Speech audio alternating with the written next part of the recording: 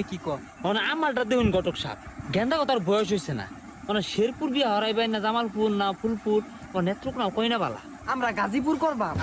একেবারে গাজীপুর বিয়া হরব গেলি এনতে পাত্রী একটা আছে মাইমন সিংহে শেরপুর জেলা পাত্রী কিন্তু বালা। আরে ঘটক সাপ আমগো বাড়ি তো শেরপুর জেলা পাত্রীর মা কিন্তু কালা। আব্বা আনে পাত্রী মারে হইরা লাইন আমরা পাত্রীরে হইরে আরে না না মানে বিয়ে হরাইতাম না ওই যে গেন্দারা কি কো